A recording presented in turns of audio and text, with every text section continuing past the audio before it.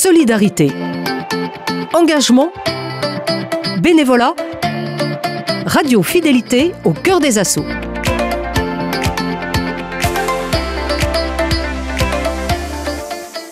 Dans cet épisode d'Au cœur des assauts, découvrez l'histoire de Volia, une jeune association franco-ukrainienne née en août 2022.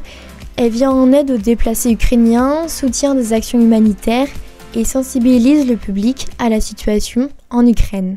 Bonjour Natalia, vous êtes la co-administratrice de Volia. Le 22 et 23 février prochain, vous organisez un événement en hommage à Euromaidan.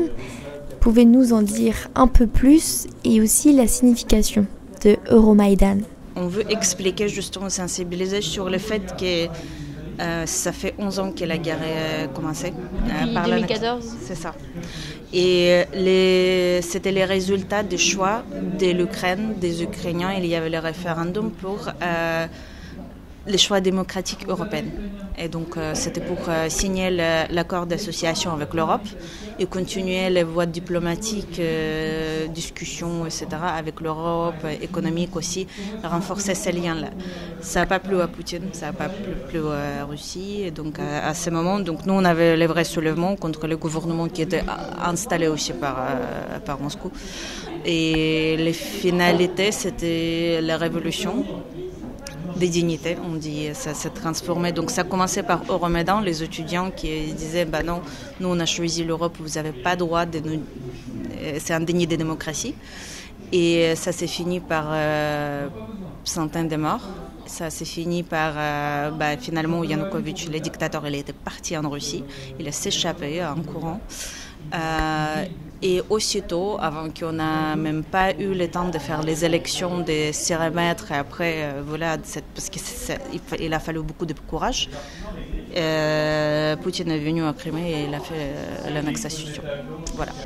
Comme vous l'avez dit tout à l'heure, le 24 février, ça va faire 3 ans qu'il y a la guerre en Ukraine. Oui.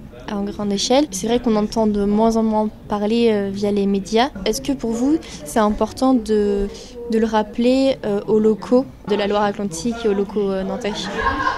Oui, c'est parce qu'on nous pose souvent la question comment est-ce que je peux aider l'Ukraine?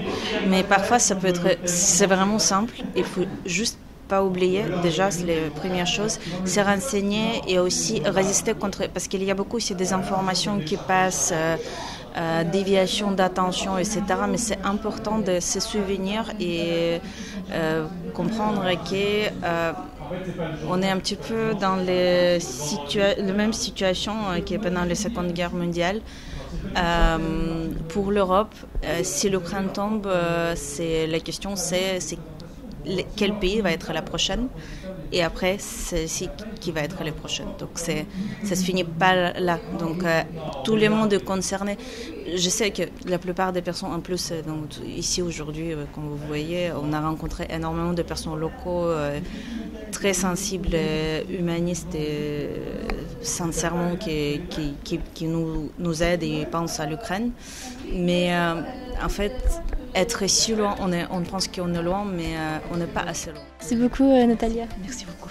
Demain, rendez-vous avec Natalia pour évoquer un moment important. Le lundi 24 février prochain, une alarme retentira place Royale à Nantes sur les coups de 18h, un acte symbolique de soutien à l'Ukraine.